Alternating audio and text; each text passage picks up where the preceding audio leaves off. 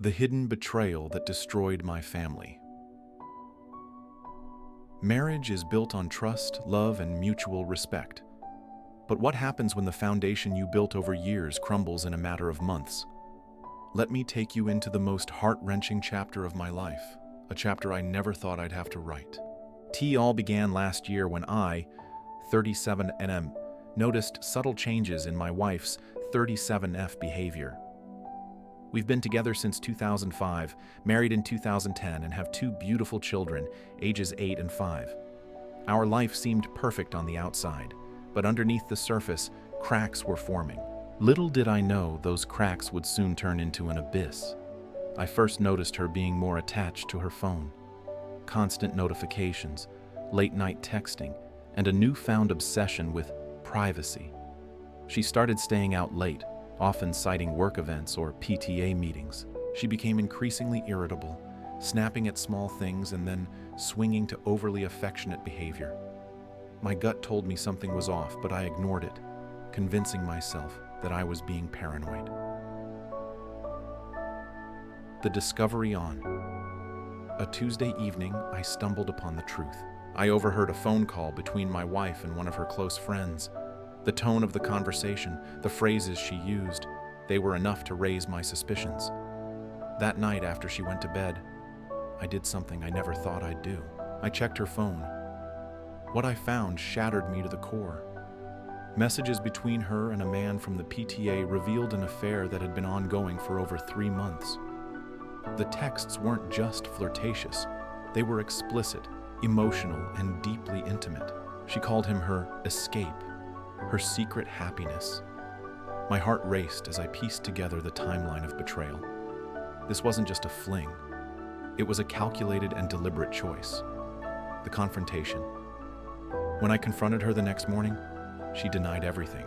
"You're imagining things," she said, tears streaming down her face. But I had the proof. I laid it all out, the texts, the late nights, the unexplained absences. She finally broke down, admitting to meeting him multiple times.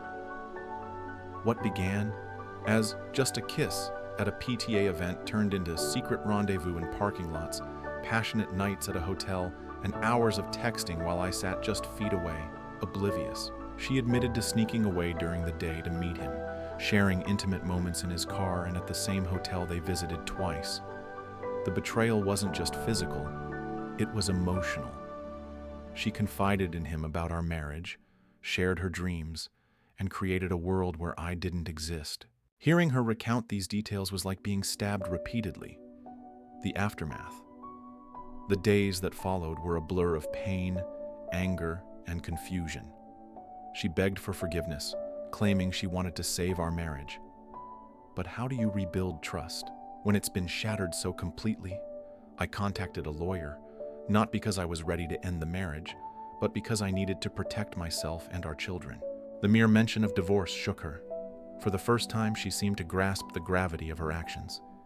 She agreed to cut off all contact with him and allowed me full access to her phone and social media accounts. Despite her efforts, every step felt like a battle. I discovered that she had initially lied about cutting contact. She had texted him one last time for closure.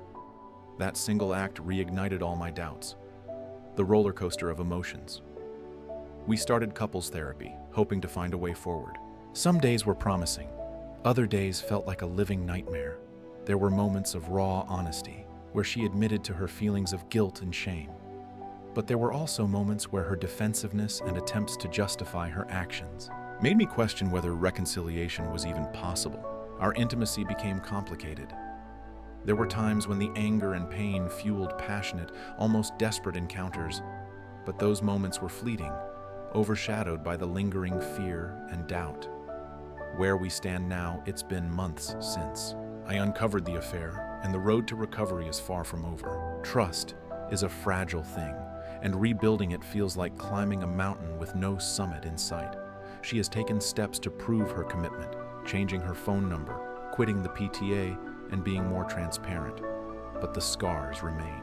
Every time I see her pick up her phone, a part of me wonders if she's slipping back into old habits.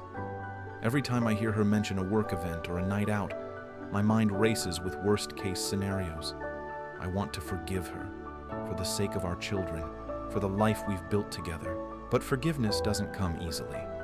It's not just about letting go of the anger. It's about finding a way to trust her again, to believe in her love for me despite everything.